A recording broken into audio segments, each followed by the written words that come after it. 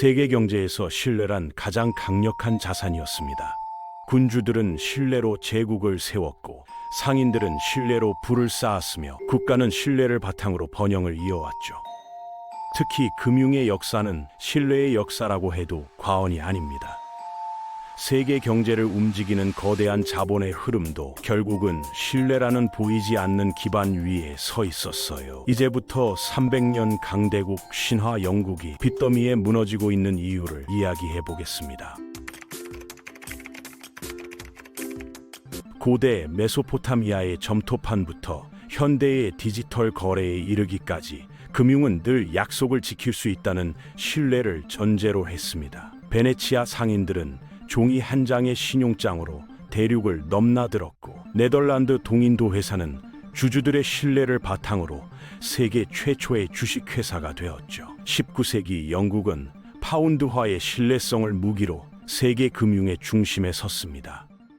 하지만 신뢰는 쌓기는 어렵고 무너지기는 쉽습니다. 1929년 미국 증시 폭락은 전 세계 금융 시스템에 대한 신뢰를 붕괴시켰고 2008년 리먼 브라더스의 파산은 현대 금융의 근간을 흔들었죠. 한순간의 신뢰 상실이 수십 년간 쌓아온 번영을 무너뜨린 사례는 셀 수 없이 많았어요.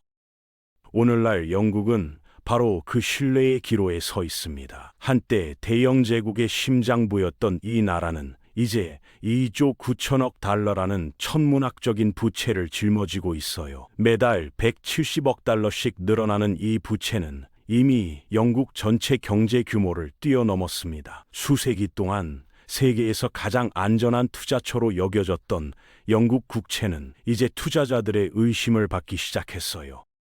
물가는 치솟고 이자율은 상승하면서 영국의 채무 상환 부담은 눈덩이처럼 불어나고 있습니다. 2008년 금융위기 이후 경제 성장은 정체됐지만 정부 지출은 멈추지 않았어요. 결과적으로 NHS와 연금, 교육에 쓰여야 할 예산이 부채 상환으로 흘러들어가고 있습니다. 국제금융시장은 이미 경고음을 울리기 시작했습니다. 일부 투자자들은 영국 국채 매입을 꺼리기 시작했고 더 높은 수익률을 요구하고 있어요. 이는 단순한 시장 변동이 아닙니다. 수세기에 걸쳐 쌓아온 영국의 신용이 흔들리기 시작했다는 신호예요. 현 정부는 세금 개혁과 지출 긴축, 성장 가속화를 통해 부채를 줄이겠다는 청사진을 내놓았습니다. 하지만 현실은 녹록지 않아요. 부채는 계속 늘어나고 있고 투자자들의 의구심은 깊어지고 있습니다. 이제 금융계에서는 한때 상상조차 할 수 없었던 질문이 나오기 시작했어요. 만약 영국이 더 이상 신뢰받지 못한다면, 그리고 모든 투자자가 등을 돌린다면 어떻게 될까요? 일주일 후 금융시장은 전혀 새로운 국면으로 접어들었습니다. 런던 시티의 대형 투자은행들이 영국 국채 매도를 시작했고 이는 도미노처럼 퍼져나갔어요. 특히 아시아 투자자들의 이탈이 두드러졌습니다. 일본과 중국의 대형 연기금들이 보유 중이던 영국 채권을 대거 처분하기 시작했어요. 파운드화 가치는 자유낙하했습니다. 단 며칠 만에 달러 대비 15% 폭락했고 유로화에 대해서도 10% 넘게 떨어졌어요. 외환 시장이 패닉에 빠졌죠. 런던 외환 딜러들은 밤새 모니터를 지켜보며 식은땀을 흘려야 했습니다. 영란은행은 긴급 이사회를 소집했어요. 회의실에는 무거운 침묵이 감돌았습니다. 이대로 가다간 1992년 블랙 웬즈데이의 악몽이 재현될 수도 있다는 우려가 나왔어요. 당시 조지 소로스의 공격으로 파운드화가 폭락했던 그날처럼 시장은 다시 한번 영국 경제의 취약성을 시험하고 있었습니다. 보수당 정부는 긴급 대책 마련에 나섰어요. 재무장관이 직접 나서서 시장을 안정시키려 했지만 오히려 역효과가 났습니다. 발표할 때마다 시장은 더욱 요동쳤고 투자자들의 불신은 깊어져만 갔어요. 현장에서는 이례적인 광경이 펼쳐졌습니다. 런던 금융가의 트레이더들이 평소와 달리 야근조차 마다하고 일찍 퇴근하기 시작했어요. 더 이상 개입해봤자 소용없다는 체념이 깔려 있었죠. 시장은 이미 영국 정부의 통제력을 벗어나고 있었습니다. 해외 언론들의 시선도 따가워졌어요. 파이낸셜 타임스는 일면 특집으로 영국 신뢰의 종말을 다뤘고 월스트리트 저널은 흔들리는 대영 제국의 마지막 보루라는 제목의 사설을 실었습니다. 상황이 이렇게 되자 예금자들도 동요하기 시작했어요. 대형 은행들의 ATM 앞에는 긴 줄이 늘어섰고 일부 지점에서는 현금 인출 제한까지 검토하기 시작했습니다. 더욱 충격적인 소식이 전해졌어요. 무디스가 영국의 신용 등급 전망을 안정적에서 부정적으로 하향 조정한 겁니다. 이는 실제 등급 강등의 전조일 수 있었죠. 시장은 즉각 반응했고 국채 수익률은 더욱 치솟았습니다. 정부 내부에서도 균열이 생겼어요. 재무부 관료들이 사임을 검토하기 시작했고 일부 보수당 의원들은 공개적으로 정부 정책을 비판했습니다. 여당 내 분열은 시장 불안을 더욱 증폭시켰어요. 결정적인 순간이 다가왔습니다. 영란은행은 마지막 수단을 고려하기 시작했어요. 대규모 시장 개입을 통해 파운드화 가치를 방어하는 것이었죠. 하지만 이는 양날의 검이었습니다. 성공하면 시장을 안정시킬 수 있지만 실패하면 외환 보유고가 바닥날 수 있었어요. 그때 예상치 못한 곳에서 구원의 손길이 나타났습니다. 스위스 중앙은행이 파운드와 지지를 선언한 거예요. 이어서 일본은행도 같은 입장을 표명했죠. 국제 금융시장의 큰 손들이 영국 편에 서기 시작한 겁니다. 3개월이 지난 후 금융시장의 분위기는 완전히 달라졌습니다. 글로벌 금융가에서 영국을 바라보는 시선이 날카로워지기 시작했어요. 모건 스탠리와 골드만삭스 같은 대형 투자 은행들은 영국 채권 보유 비중을 조용히 줄이고 있었습니다. 국제 신용평가사들도 움직였습니다. 피치는 영국의 신용 등급 전망을 부정적으로 하향 조정했고 무디스는 영국 금융시장 전반에 대한 특별 보고서를 준비하고 있었어요. 시장의 불안감은 실물 경제로 번져갔습니다. 북해 유전 개발 프로젝트들이 하나둘 중단되기 시작했어요. 해외 자본이 빠져나가면서 파운드화 가치는 계속해서 하락했고 수입 물가는 치솟았습니다. 특히 식료품과 에너지 가격 상승이 두드러졌어요. 슈퍼마켓 체인들은 매주 가격을 올렸고 소비자들의 장바구니는 점점 가벼워졌습니다. 런던 근교의 한 대형 마트에서는 식용유와 밀가루 사재기 현상까지 벌어졌어요. 서민들의 삶은 갈수록 팍팍해졌습니다.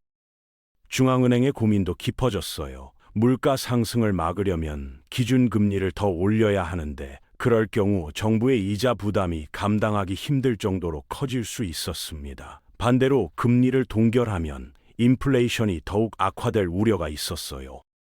노동조합들의 파업도 다시 시작됐습니다. 철도 워커스는 임금 인상을 요구하며 48시간 총파업에 돌입했고 의료진들도 파업을 예고했어요. 공공부문 전반에 파업의 물결이 번져갔습니다.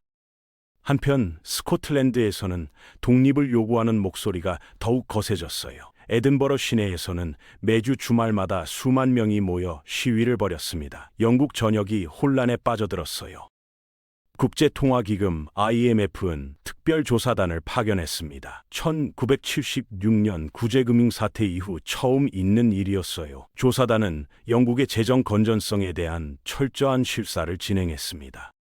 재무부 관계자들은 밤낮 없이 자료를 준비하고 설명했지만 IMF 조사단의 표정은 좀처럼 밝아지지 않았어요. 특히 연금 제도의 지속 가능성에 대해 강한 의구심을 제기했습니다. 런던 시티의 대형 은행들은 비상 계획을 수립하기 시작했어요. 최악의 시나리오에 대비해 해외 자산 비중을 늘리고 파운드화 익스포저를 줄이는 작업을 진행했습니다. 외신들의 시선도 날카로워졌어요. 파이낸셜 타임스는 영국 경제의 구조적 취약성을 지적하는 특집 기사를 연재했고 이코노미스트는 표지에 균열이 간 유니언 잭을 실었습니다. 해외 투자자들의 불신이 커지면서 영국 국채 수익률은 계속해서 상승했어요.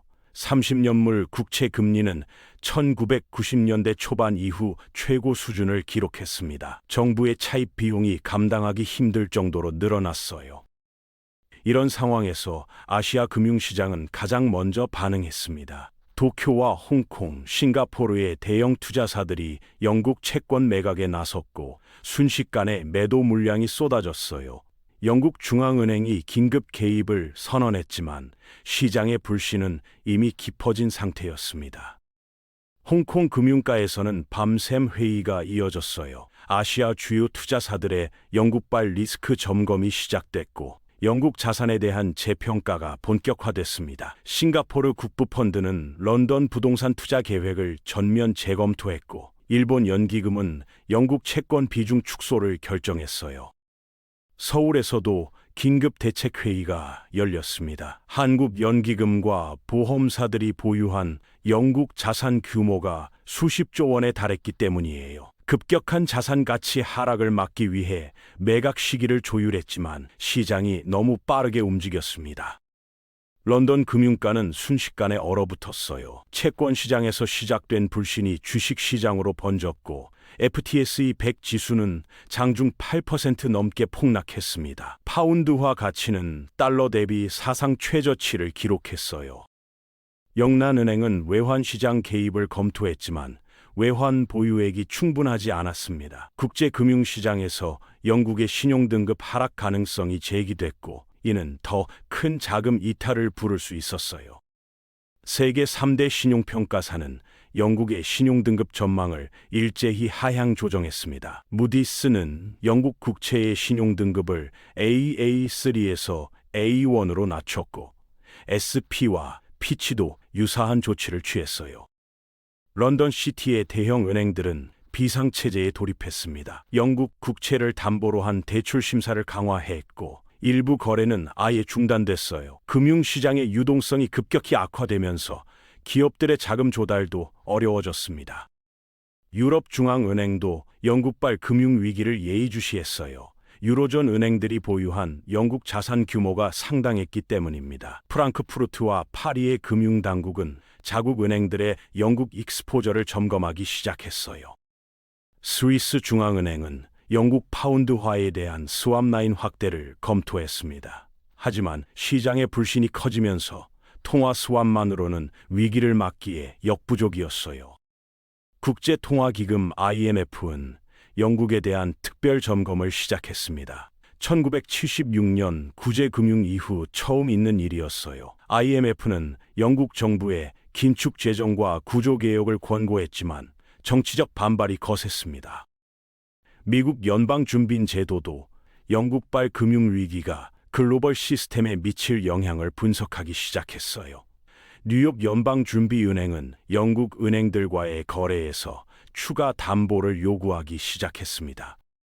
세계은행은 영국 경제에 대한 특별 보고서를 발간했어요. 보고서는 영국의 부채 위기가 단기간에 해결되기 어려울 것이라 전망했고, 이는 시장의 불안을 더욱 키웠습니다.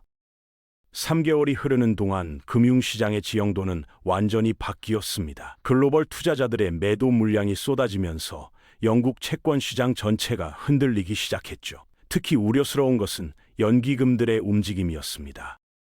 현지 시간 9월 첫째 주, 영국 최대 공적연금인 USS가 보유 채권의 30% 매각을 결정했다는 소식이 전해졌습니다. 이는 단순한 자산 재배치가 아닌 영국 금융 시스템에 대한 불신임 선언과 다름없었죠.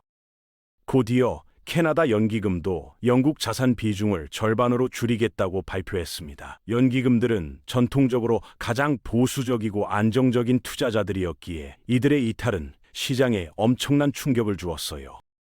불안은 순식간에 다른 자산군으로 번졌습니다. 파운드화 가치는 역대 최저치를 갱신했고 런던 증시는 한 달 새 15% 넘게 폭락했어요. 부동산 시장도 얼어붙었습니다.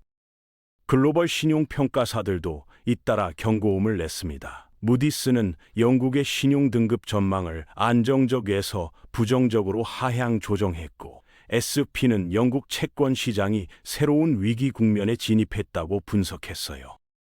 위기감이 고조되자 영국 재무부는 긴급 대책 마련에 나섰습니다. 시장 안정화를 위해 국채 매입 프로그램을 확대하고 외환시장 개입 가능성도 시사했죠. 하지만 이러한 조치들은 오히려 역효과를 낳았어요.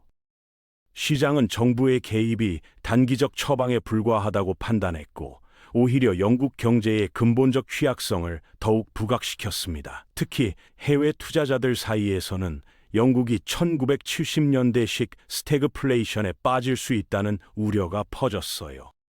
10월 상황은 더욱 악화되었습니다. 영국의 8월 무역 적자가 사상 최대 규모를 기록했다는 소식이 전해졌고 실업률도 상승세로 돌아섰어요. 소비자 신뢰 지수는 1974년 통계 작성 이래 최저치를 기록했습니다. 이에 대형 투자 은행들은 잇따라 영국 경제 전망을 하향 조정했습니다. 도이체방크는 올해 영국 경제 성장률 전망치를 마이너스 0.5%에서 마이너스 1.5%로 낮췄고 시티그룹은 내년 전망치도 0%대로 하향했어요. 10월 중순 들어 새로운 위험 신호가 감지되었습니다. 영국 기업들의 회사채 발행이 전년 대비 70% 급감했고 해외 직접 투자도 큰 폭으로 줄었어요. 기업들이 영국 시장에 대한 신뢰를 잃어가고 있다는 뜻이었습니다. 특히 우려되는 것은 금융산업의 이탈 조짐이었어요. 런던에 본사를 둔 여러 글로벌 금융회사들이 주요 사업 부서를 프랑크푸르트나 파리로 이전하는 방안을 검토하기 시작했습니다. 전문가들은 이러한 움직임이 단순한 경기 순환이 아닌 구조적 변화의 신호라고 분석했어요. 수세기 동안 세계 금융의 중심지였던 런던의 위상이 흔들리기 시작한 것입니다. 연말이 다가오면서 시장의 불안은 최고조에 달했습니다. 12월 첫째 주 대형 헤지 펀드들이 영국 자산에 대한 공매도 포지션을 대거 확대했다는 소식이 전해졌어요. 이는 영국 경제에 대한 신뢰가 완전히 무너졌음을 의미했습니다. 신뢰의 붕괴는 영국 금융시장 전반에 즉각적인 파급 효과를 일으켰습니다. 런던 증시는 급격한 하락세를 보였고 파운드화 가치는 역사적 최저점을 찍었습니다. 특히 연기금과 투자 신탁 등 기관 투자자들의 대량 매도가 시장을 강타했죠. 국제 신용평가사들은 영국의 신용 등급을 일제히 하향 조정했고 해외 투자자들은 영국 자산을 급격히 회수하기 시작했습니다. 영국 중앙은행은 이러한 위기 상황에 대응하기 위해 긴급 금리 인상을 단행했습니다. 하지만 이는 오히려 실물 경제에 큰 타격을 주었죠. 주택담보대출 금리가 치솟으면서 부동산 시장이 얼어붙었고 중소기업들의 대출 부담도 급격히 증가했습니다. 실업률은 상승세로 돌아섰고 소비 심리는 극도로 위축되었습니다. 특히 심각했던 것은 공공 서비스의 급격한 악화였습니다. 국민보건 서비스는 예산 부족으로 필수 의료 서비스마저 축소해야 했고 공교육 현장에서는 교사 감축과 시설 노후화가 가속화되었죠. 연금 수급자들의 실질 소득은 급격히 감소했고 사회 안전망 전반이 흔들리기 시작했습니다.